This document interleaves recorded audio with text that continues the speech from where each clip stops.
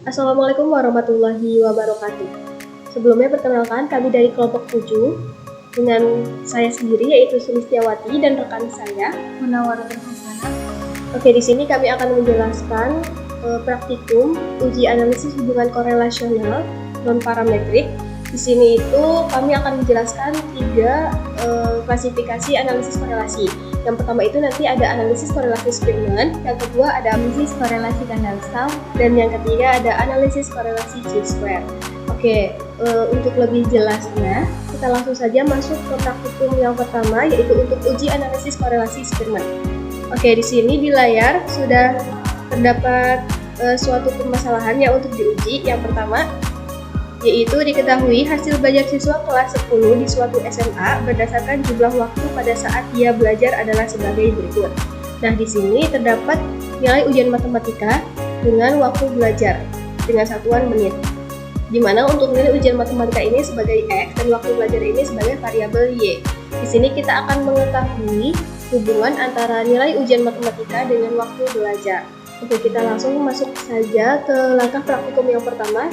Pertama-tama kita buka terlebih dahulu untuk aplikasi SPSS-nya. Oke, di sini kita sudah membuka aplikasi SPSS-nya. Kemudian karena tadi diketahui pada soal, kita balik ke soal, yaitu untuk kolom pertama nilai ujian matematika sebagai X dan yang kedua itu untuk waktu belajar sebagai Y. Oke, di sini kita masukkan variabel X dan juga variabel Y ke dalam SPSS. Oke, kita masuk ke variabel view, kemudian kita masukkan X. Kemudian di sini kita masukkan Y. Oke, jika sudah, karena tadi untuk variabel X itu adalah nilai ujian, kemudian untuk variabel Y adalah waktu belajar. Jadi kita masukkan di sini nilai di kolom label. Untuk Y kita masukkan waktu. Oke, di sini kita sudah masukkan nilai dan juga waktu. Selanjutnya kita akan menginput datanya ke dalam data view. Kita copy terlebih dahulu tadi. Oke, di sini kita copy.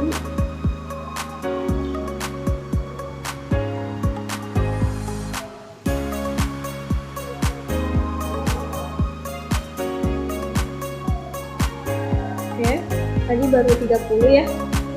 Kita masukkan lagi. Oke, sudah 30 ternyata. Oke, selanjutnya, langkah praktikum selanjutnya. Untuk selanjutnya, kita akan melakukan uji normalitas terlebih dahulu. Di sini kita bisa klik Analyze, kemudian Descriptive Statistic, kemudian Explore. Oke, di sini kita masukkan untuk kedua variabel ini ke dalam kolom Dependent List. Oke, ketika sudah, kita masuk ke plot untuk melakukan normalitas. Kemudian kita checklist yang normality plot with test. Kemudian continue. Kemudian oke. Nah, di sini muncul outputnya. Kita tunggu sebentar. Nah, di sini muncul outputnya. Kita fokus ke sini. Nah, di sini terlihat ya ada kolom, terdapat kolom Kolmogorov-Smirnov dan juga Shapiro-Wilk. Oke, karena di sini kita menginput datanya yaitu 30 dan untuk data sebanyak 30 itu kita bisa menggunakan yang normalitas Shapiro-Wilk. Kita lihat signifikansinya. Untuk signifikansinya yaitu kurang dari 0,05. Maka di sini data tersebut tidak lulus uji normalitas. Karena data tidak lulus uji normalitas, maka kita harus melakukan uji alternatif, yaitu uji korelasi Spearman. Oke, di sini kita kembali lagi. Nah, kemudian di sini kita untuk melakukan analisis korelasi Spearman, kita klik Analyze, kemudian kita klik Correlate. Oke, kemudian kita klik yang bivariate. Oke, kemudian di sini kita masukkan variabel X dan Y tersebut ke dalam variabel. Oke, sudah masuk. Kemudian kita pastikan karena kita akan melakukan uji analisis korelasi person, maka di sini kita pastikan untuk personnya kita checklist. Oke, kalau sudah kita klik OK. Maka akan muncul ini hasilnya atau outputnya. Oke, jadi di sini kita bisa lihat bahwa untuk uji korelasi sperma ini bertujuan untuk mengetahui tingkat keeratan hubungan antar variabel yang dinyatakan dengan koefisien korelasi, di mana jenis hubungan antara variabel X dan Y itu dapat bersifat positif dan negatif. Nah, dasar pengambilan positif dan negatif tersebut nanti akan dijelaskan selanjutnya. Untuk dasar pengambilan keputusannya, jika nilai signifikansi kurang dari 0,05, maka data berkorelasi. Akan tetapi jika nilai signifikansi lebih dari 0,05, maka data tidak berkorelasi. Oke, untuk pedoman derajat hubungannya, teman-teman bisa lihat pada gambar yang akan muncul. Oke, selanjutnya di sini kita akan menginterpretasi data dari output ini. Oke, di sini terlihat pada tabel, yaitu terdapat sig2-tiled, di mana nilai signifikansinya yaitu di sini 0,00, kemudian untuk waktu juga 0,00. Oke, di sini berarti bahwa kedua variabel tersebut berkorelasi. Sekarang kita akan mengecek derajat korelasinya, di mana terlihat dari tabel bahwa nilai Spearman correlation adalah 1,000. Di sini ya, nilai. Kemudian karena nilai korelasinya 1,000, maka kedua variabel tersebut adalah memiliki derajat hubungan korelasi tinggi. Jadi kita dapat menyimpulkan bahwa variabel X dan Y tersebut memiliki hubungan korelasi yang tinggi dan memiliki hubungan yang positif. Nah, untuk kepositifannya tersebut teman-teman bisa melihat dari tabelnya, dan di sini tidak ada negatif, maka di sini hubungannya positif. Oke, selanjutnya kita akan melihat analisis korelasi dari Kendall-Shaw. Di sini ada sebuah kasus di sebuah SMA, guru matematika ingin mengetahui apakah terdapat hubungan antara kedisiplinan siswa dan kemampuan mereka dalam menyelesaikan tugas matematika. Nah, guru ini mengamati 50 siswa dan memberikan skor kedisiplinan berdasarkan observasi selama 1 bulan.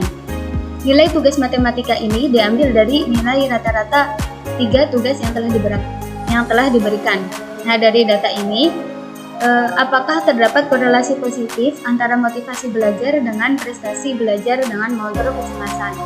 Nah, di sini terdapat 50 data, di mana datanya itu terdapat nilai skor kedisiplinan dan juga nilai tugas matematikanya. Oke, untuk menganalisis korelasi Kendall-Shaw, kita buka SPSS-nya terlebih dahulu.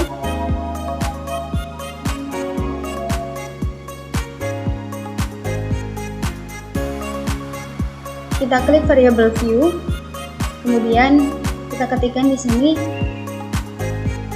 kedisiplinan,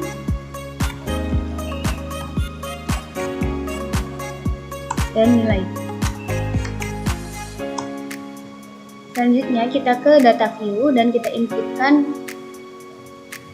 data nilai kedisiplinan dan juga nilainya. Kita salin.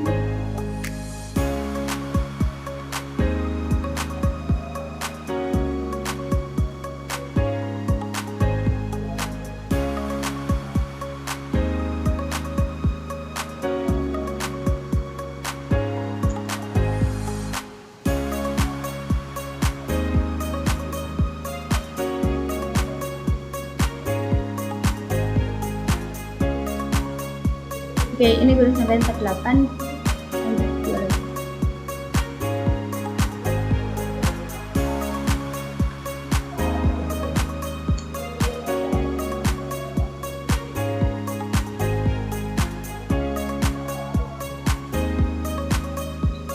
Oke, setelah kita inputkan data-datanya, kita bisa cek uji normalitas datanya dengan cara klik Analyze, kemudian Descriptive Statistic, Explore.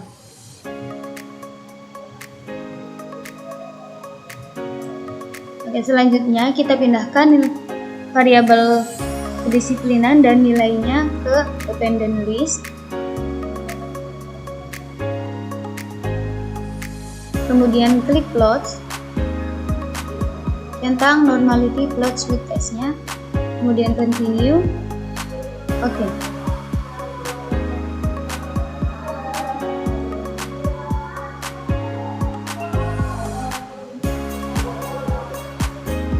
Oke, di sini sudah muncul hasil output dari cek uji normalitasnya. Kita fokus pada tabel yang ini, di mana sesuai dengan hasil tabel test of normality versi Shapiro-Wilk, nilai signifikan dari kedua uji normalitas itu tidak memenuhi ketentuan, karena nilai signifikannya itu kurang dari 0,05. Artinya, data tersebut itu tidak berdistribusi normal. Oke, kita lanjut ke uji korelasi Kendall-Stau dengan cara klik Analyze, Correlate, Bivariate.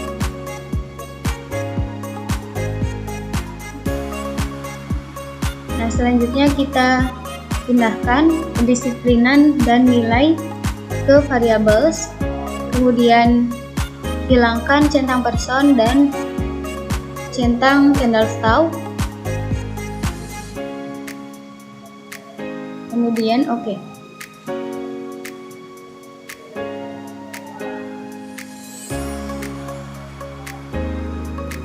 Oke, di sini muncul hasil outputnya, yaitu kita memiliki pedoman derajat hubungan, di mana apabila nilai Kendall-Stau correlation-nya 0,00 sampai 0,199 itu sangat rendah. Apabila nilainya 0,20 sampai 0,399 itu rendah. Kemudian apabila nilainya 0,40 sampai 0,599 itu sedang. Kemudian nilai Kendall-Stau correlation-nya 0,60 sampai 0,799 itu tinggi. Kemudian apabila nilainya 0,80 sampai 1,00 itu sangat tinggi. Selain itu, terdapat pedoman uji korelasi Kendall-Stau. Jika nilai signifikansi kurang dari 0,05 maka ada hubungan secara signifikan. Dan apabila nilai signifikansinya lebih dari 0,05 maka tidak ada hubungan secara signifikan. Nah, didapat nilai signifikansi two-tailednya yaitu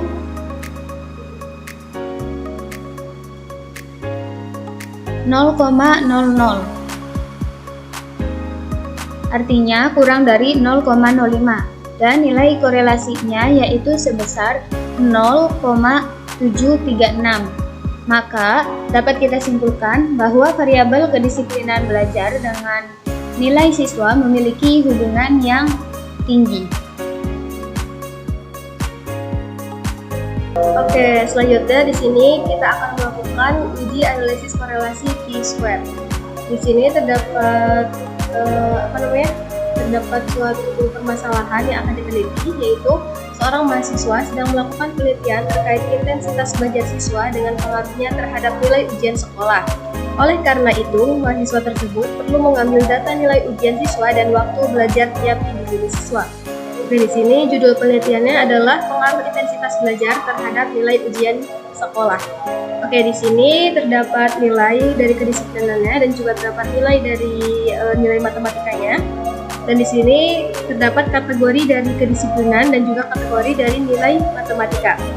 Oke, di sini kita untuk uji analisis korelasi Q-square ini kita fokus ke kategori-kategorinya, di mana yang nantinya kategori ini yang akan kita masukkan ke dalam SPSS dan untuk diuji selanjutnya. Oke, untuk lebih jelas kita langsung masuk saja ke dalam SPSS-nya. Oke, di sini kita move.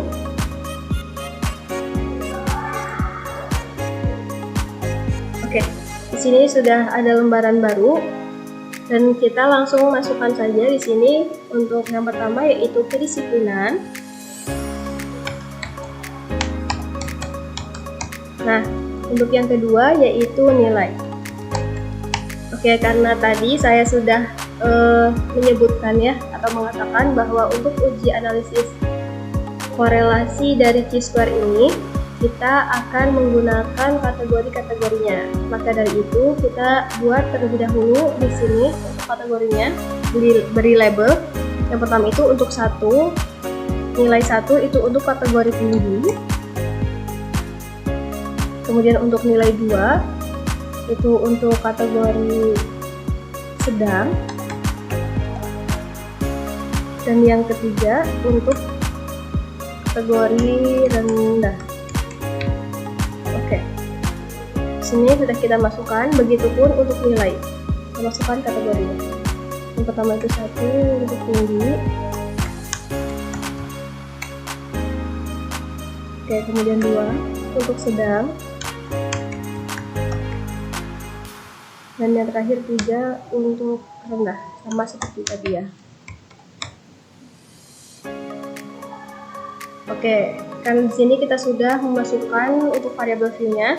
Kemudian di sini kita akan masukkan input datanya ke data view. Oke, kita kembali lagi ke data tadi. Nah, di sini kan kategori untuk kedisiplinan dan juga nilai matematika itu masih dengan menggunakan huruf ya. Nah, karena tadi kita sudah memasukkan label pada SPSS-nya, jadi kita sesuaikan. Karena tadi sedang itu untuk 2, kemudian tinggi itu untuk 1, dan rendah itu untuk 3. Oke, jadi tadi saya sudah mengubah ke dalam bentuk, labelnya. Kemudian kita copy saja untuk menginputkan datanya. Oke.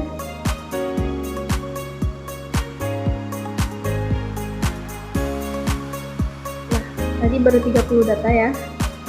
Kita kembali lagi, kita inputkan sisanya.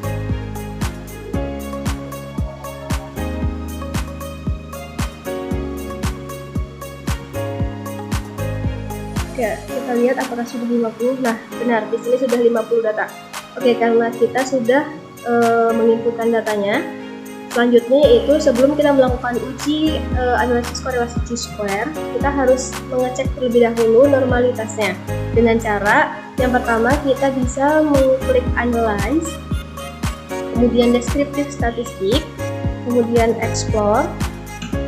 Oke, kemudian di sini kita masukkan nilai dan juga kedisiplinan tersebut ke dalam dependent list. Oke, selanjutnya kita klik plot untuk mengecek normalitasnya. Kemudian kita jangan lupa centang normality plot with text.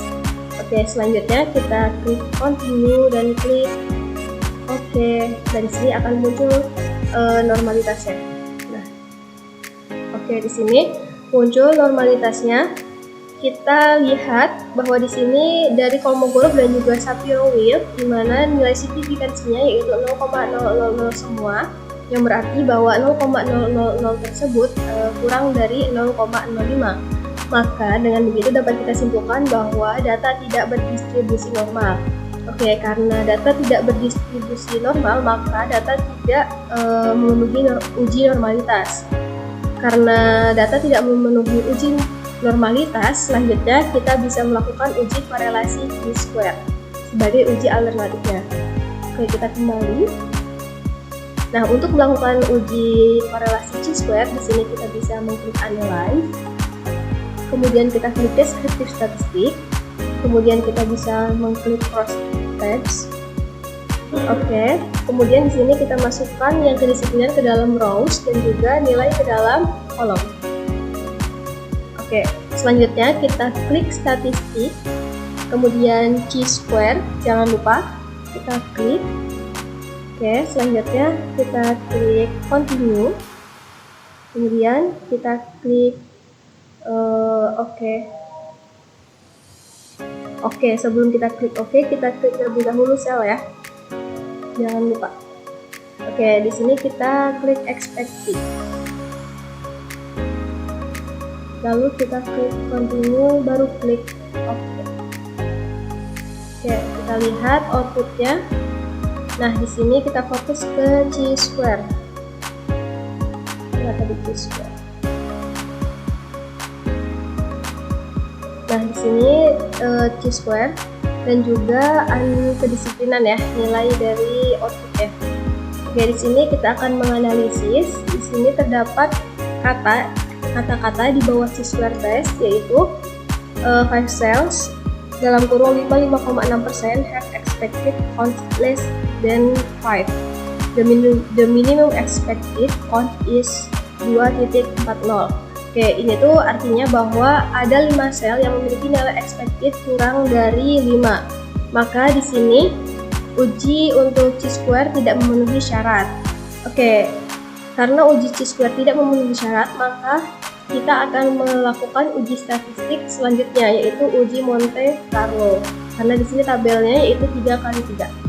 Oke, di sini mana sih 5 sel yang tidak nilai expected-nya itu kurang dari 5? Nah, di sini kita fokus ke expected count. Kita lihat di sini 4,8 berarti kurang dari 5 ya. Dari 1, kemudian 2,4, 2, kemudian 4,8, 3. Kemudian di sini 3,8, 4. Kemudian di sini untuk expected-nya lagi yaitu 3,8 berarti 5. Benar ya, berarti ada 5 tabel yang nilai expected-nya kurang dari 5. Oke, selanjutnya karena tadi untuk uji Monte Carlo-nya untuk uji chi-square itu tidak memenuhi syarat, maka di sini kita akan melakukan uji Monte Carlo. Oke, untuk melakukan uji Monte Carlo, sebelumnya kita kembali terlebih dahulu ke SPSS, ke input.